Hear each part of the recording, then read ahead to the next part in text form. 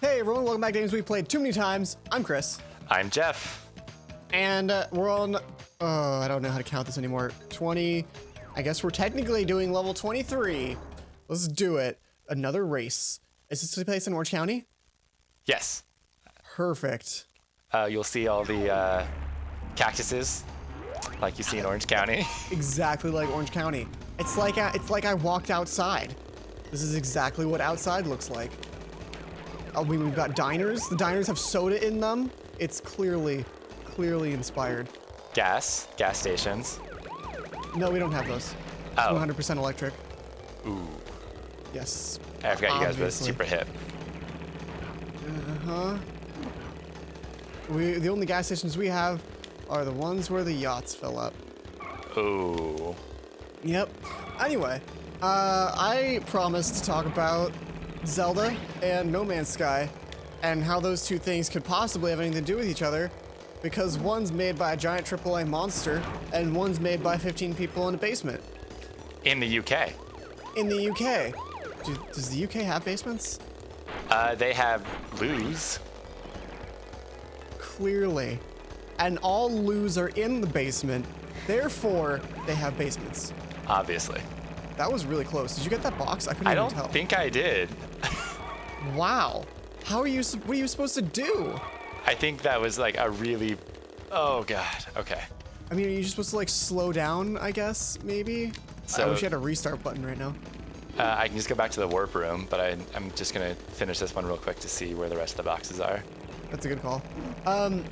Anyway, they're both they both heavily rely on exploration. There's not a lot of direction. And the one thing that doesn't have me scared is the fact that Breath of the Wild is a very constructed world. Everything is placed exactly where it is. If you play the game again, it's going to be the same game again. So they're not relying on the novelty of what's the word I'm looking for? Procedural generation to take care of any of the fun for them. Right. There's nothing that's going to be like new. They're constructing all of the vistas. Nothing's going to look the same from one place to another, and the world is huge. Which is why this has taken so many years. Yes, so many more than expected. So I guess my main concern is just the motivation to do things. Like there's a lot. It feels like there's going to be a lot of downtime and a lot of just looking around, and if the world's too big, clearly that causes some problems for people. I like it. I'm actually a fan of like grindier sort of things like Right. MMOs and RPGs where you just kind of like have to look around, you have to go do things over and over again, and that novelty is fine for me. Do you The generally one- like survival games and resource management games? Yes, but not to the point of $60. Most of my resource management games are free to play flash games. Yeah. Or it's like I don't usually play anything survival based. Just not a theme that resonates with you. Not particularly. I'm trying to, because I didn't play Minecraft. I didn't get big into that. Oh, here we go. Got it. Cool. That was really weird. Yeah, Minecraft, which seems to be one of the biggest inspirations for No Man's Sky. Just, I don't know any other way around that, you know? Yeah. Although you don't seem to need to eat in No Man's Sky, which seems to be, that's usually a big deal in survival things. So I don't know that No Man's Sky is trying to be survival, even though there's lots of elements of like you are alone in the universe trying to make your way. Yeah. Wow, that was just, wow! How could they do this to you? This game, God. I don't you can't get all the boxes now, right? Nope. So, all right, doing it again. That was so many dumbs all in a row. So you have to hit the speed up, jump the gap. Okay. Okay. I mean, learning one step at a time, baby steps.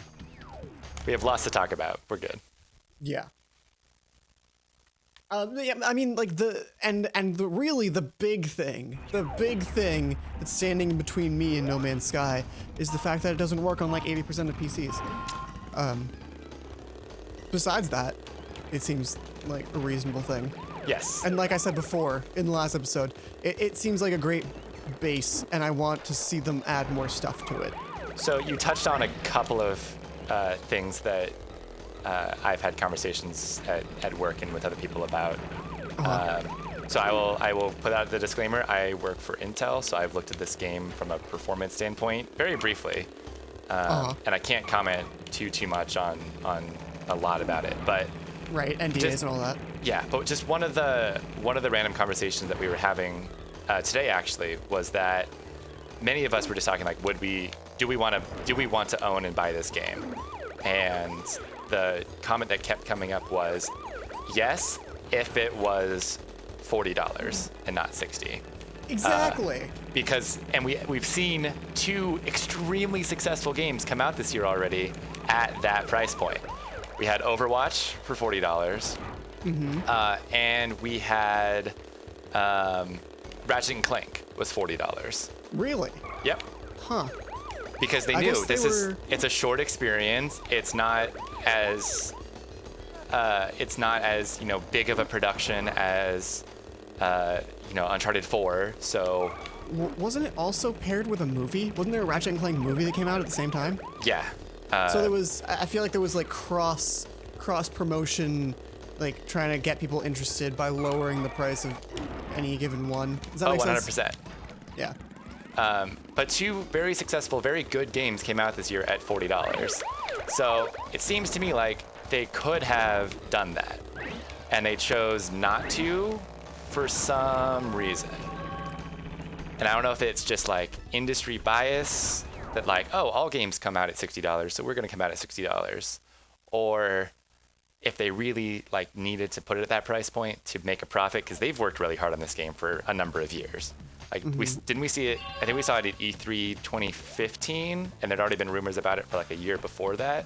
It's been in development for, I think, people say 5 years. Yeah. So like that's a lot of time. So maybe I actually have to go back and get the crystal, don't I? Win the race. Yeah, I don't think you ever won. Okay. Hopefully last time I won't worry about boxes. I'm just going for speed. Cool. But maybe $60 was really what they had to price it at for them to turn a profit and make another game.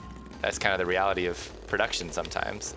So I don't blame them. I just think that more people I know, including myself, would buy this game if it was 40 and not 60.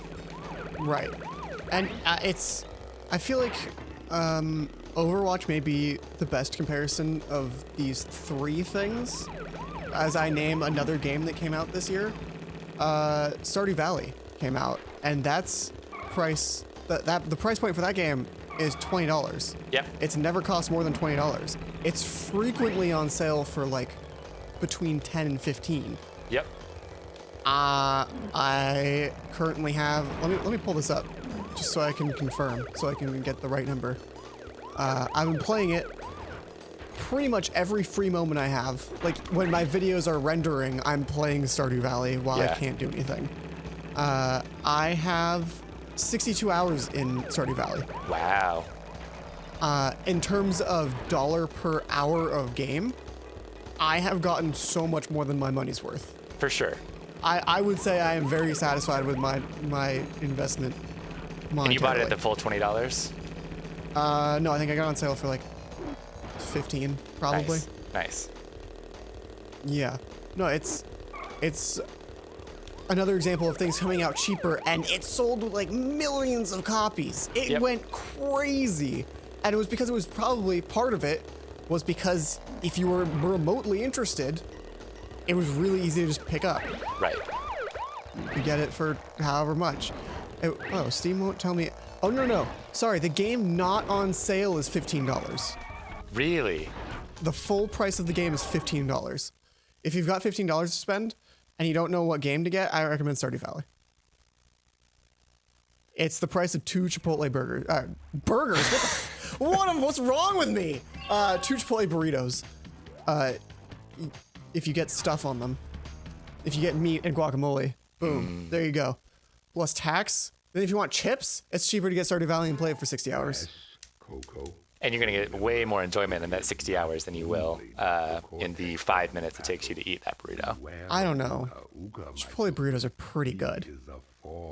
I mean, if I had the choice, I would just do both. I would go to Chipotle and come back and then play Stardew Valley while eating Chipotle. I have actually ordered food on Uber Eats and then, so I didn't have to get up from playing Stardew Valley and then just kept playing Stardew Valley. All right, so if you have $30 to spend, go buy Stardew Valley and 2 Chipotle burritos right now. Yes. Get guac.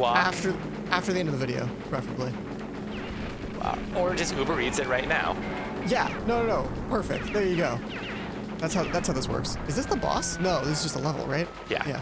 You were almost dead already. I know. It's fine. It's not fine. It's fine. It's not fine. So do you just have to take down the big ones, or Yeah. the small ones too? Or? Just the big ones. I'm going for the boxes too, though. These ones are harder than the blimp level, though, because you have to take out 2 propellers, and it's a smaller target. Yeah, and they move. I feel like they turn a bit faster. They do, definitely. Yeah. Why'd you shoot down the health balloon? You have full health. Because I'm not going to come back this way, and I'm very full of hubris. Is this level not small? This level feels small. It feels like it's like Star Fox kind of thing, where you just kind of... It feels big, but you really just circle around a tiny area. Maybe the render distance is weird. I don't know. It's pretty small, but like it generally goes in a circle, so you don't have to backtrack much. Oh, it's also small and you go really slow. Yeah. It feels like you shoot. Oh my God! You almost. That was bad. Whew. We're good. Straight from like 100 to 30. I have to pay more attention to the little guys. Right. So okay. So I was saying that the most comparable comparison, that's fine to say, was Overwatch. Of those things, because I think Overwatch is probably, even though it has like 20-something different characters and ways to play, it's probably the most mechanically shallow of the things. Although I guess Stardew Valley is pretty shallow. You don't learn anything past the first like day. It's all optimization. Okay. I haven't actually played Stardew Valley, but if I recall, you told me it's a lot like Harvest Moon. It's Harvest Moon. Okay. But better and on PC. Okay. There aren't any localization errors, which automatically makes it better. And he's making more content for that. He's making an online portion, like multiplayer, for some reason. I don't get it. Some people are excited about it. If you're excited about it, cool. Have fun. I'm not going to play it online. But the Overwatch was released probably with the least amount of content relative to what we expect the full scale of content to be from Overwatch. And that feels kind of similar in context to, where was the, okay, you got the gem. Yeah. Similar in context to No Man's Sky, where it feels like it should be something bigger. I think the one X factor that we didn't really consider for Overwatch is, well, I guess 2 X factors. One, there were multiple versions, so you could have gotten the $60 version that had the bonus skins. So yeah, they did have a normal price point that maybe they were hoping people would just pay. The full version of Overwatch is $60. Yeah. But there's no unfull version. But there's also microtransactions in Overwatch. Yes. But there's going to be paid DLC for No Man's Sky. So I guess it all kind of evens out. Yeah, I feel like that comparison, that takes care, it evens that playing field. Yeah. He originally said he didn't want any, but that's also the kind of thing where you're a new developer, you don't know the scale of things you have to pay for and how long things take and things like that. Yep. So, well, that's what he's said. He's come out. He said on launch day, there will be free updates all the time. And he listed a few things that he wants to see in the game, like base building, things that would give it a lot of depth and make it feel like there's something to do and to come back to. instead of just constantly moving forward into emptiness Sure. and new planets. Wow. Oh, it's for the nitros. That's pretty neat. I like that. Because they just give you 3 masks straight up. Yep. It's pretty nice. You didn't miss one of those nitro boxes, did you? I don't think so. This one I'm almost positive has the revealy box at the end. Almost positive. Okay. Yeah, and then like a week later, he said, "Yeah, it was probably naive of me to say that we're not going to charge for anything, so they're charging for things." It's just been a very, very complicated release, and I've heard a lot of people say it's probably because you put the lead developer in charge of PR. That's just what happens because he wants to talk about all the cool things and ideas he has, rather than what the game currently is, or just not talking about it at all. What's cool to me? Oh shit. Oh god. I mean, you just die because you're in one of those sections where if you die, you just spawn back at the thing. Yeah. Where are you? I think you're running into a box. I don't know what's happening. There it is. Go. Finally. That was really weird. All right, try this again. Oh, did you kill the bug? No, it was actually the nitros that were lighting up the room. No, there's a bug here at the beginning too. You just gotta go fast. Yeah, you killed him. Interesting.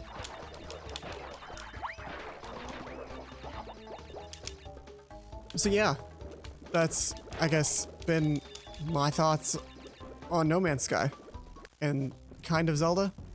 So Zelda, I think the best point you made is that it's, and I'm pretty sure you're right. It's no procedurals, right? It's all completely like designed. Yes, it is it's 100% laid out for you. This is the world. Go explore it. And so what's interesting to me is that we have, oh, there's a hole there too. Okay, we have big Nintendo put. What year was this game supposed to come out originally? It was like 2013. No, I think it was 2015. Probably. I vaguely remember it being like a holiday, maybe 14 release. I think it was announced. Is that what it was? Then, okay. Maybe. I could be wrong. But they are notorious for having an incredible amount of polish. Mm-hmm. Okay, am I gonna make it?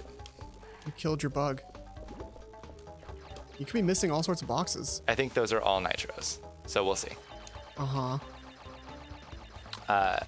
So it's taken them this long, and I'm kind of glad. Like would I have liked Zelda 2 years ago? Yes, but if it's because I see how big it's going to be, and I know that it's all completely designed, and I know how much polish they put into their games, I am not at all surprised.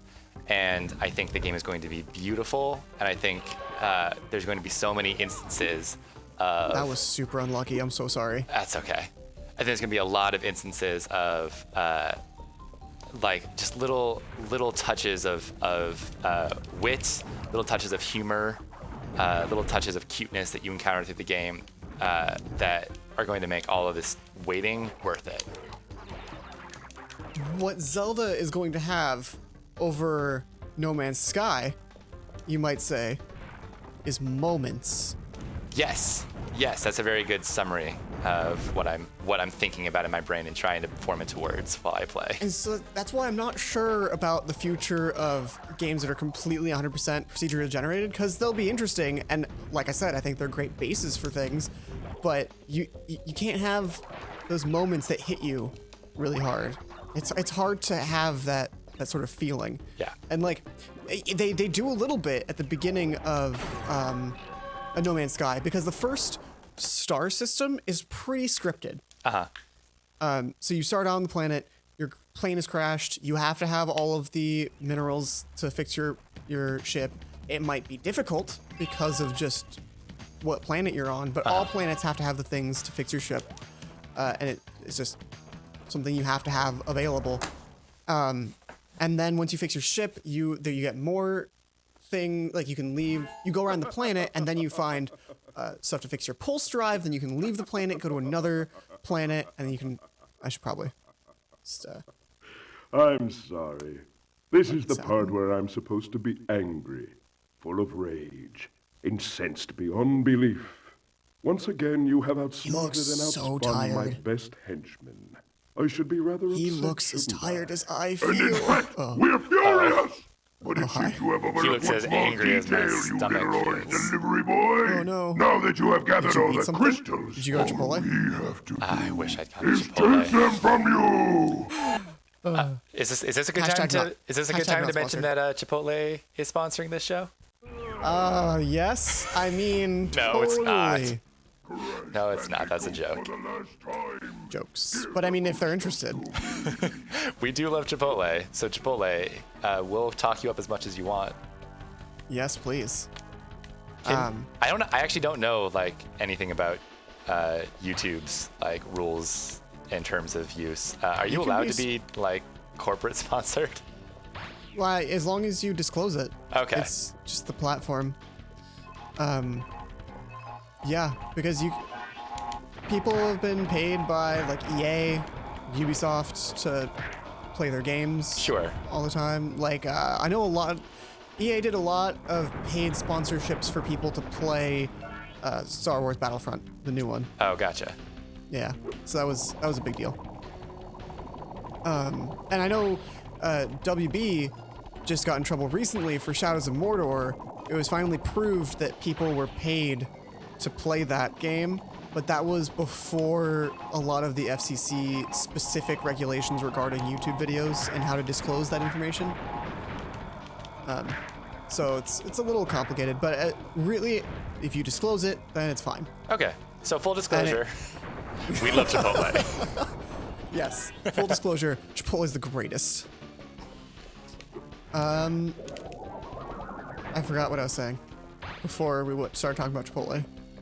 Moments and No Man's Sky. Scripted, the beginning scripted. Like you pulse jump out of your planet, you go to another planet, you find blueprints for your hyperdrive, you go to another planet in the same star system, and you find the blueprint to make fuel for your hyperdrive, and then you can go to the galaxy map, and then you can see everything, and then you're free to just explore or follow the highlighted path as you want. Right? So that's pretty scripted. Right.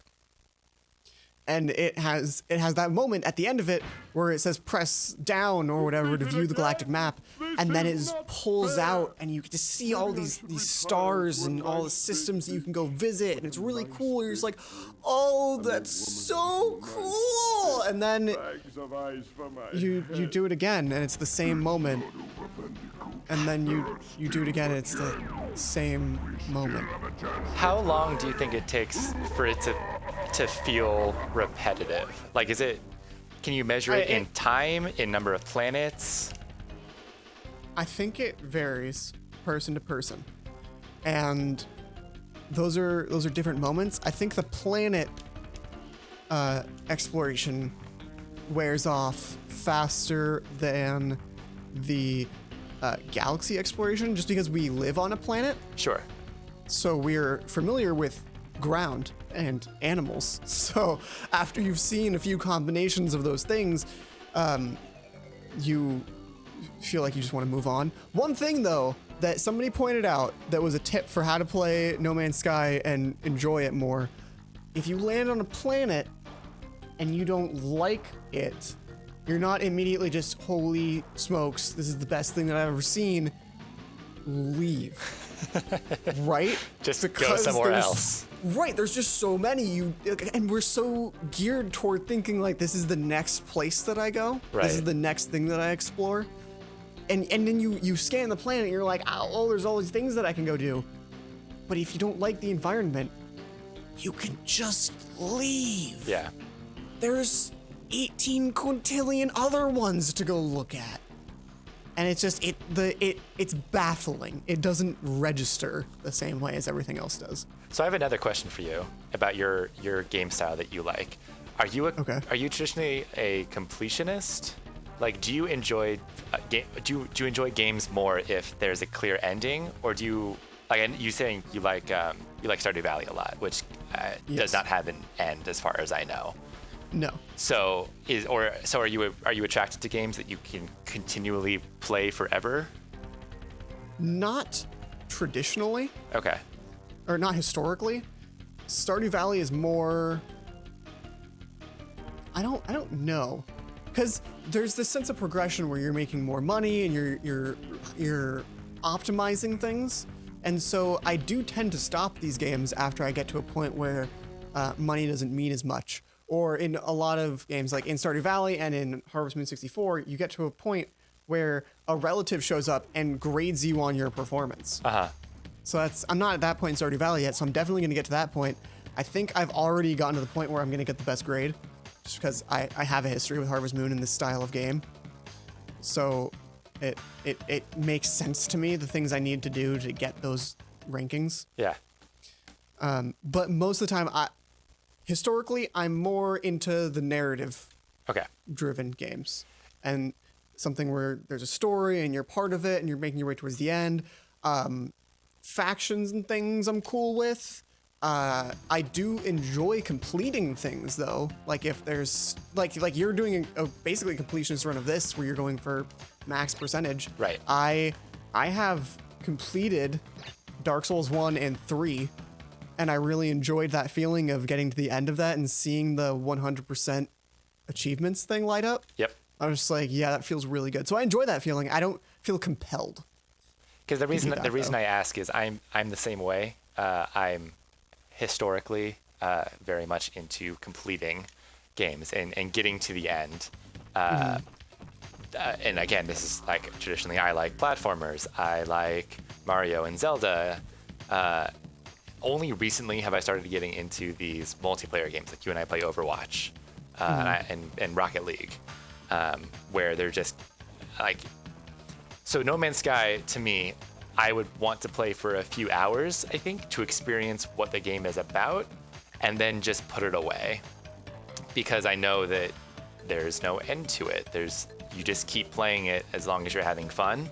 And I'm pretty sure I would get maybe 10 hours into it and then be like, okay, I think I've experienced this game enough. And that's kind of disappointing to me at that price point. I feel the same way. And one of the things is that I think if it had some sort of building aspect to it, because right now I think all of the crafting is basically to improve your ship and make your ship better, but you don't spend a lot of time in your ship. Like, your ship doesn't functionally feel that imperative to fix besides making your inventory bigger so you can collect more things, so you can craft more things. And it just feels kind of like looping in on itself. Yeah. It's a little weird. Should we pick this up next time? I think we should. Okay. Wait, what do we have left to do? Okay, so we beat Cortex, so the game's over. Yes. Yeah, I saw the credits. I just kept talking because, they were going. Yeah, so we got 25 out of 25 crystals. We have all the power-ups. We're missing one of the colored gems, which we'll get in a little while. We have no relics, and we're missing 15 of the normal gems. Silver gems. So okay. we have successfully stopped Cortex. We've saved the world, past, present, and future. But one of the things that we talked through was Uka-Uka reassuring Cortex as he sits there crying that there are still the gems. So that is your hint as the player to go back and finish. Supersonic. What? Next time. Bye. I was making a Chaos Emeralds joke because that's how I started the show. Oh, okay.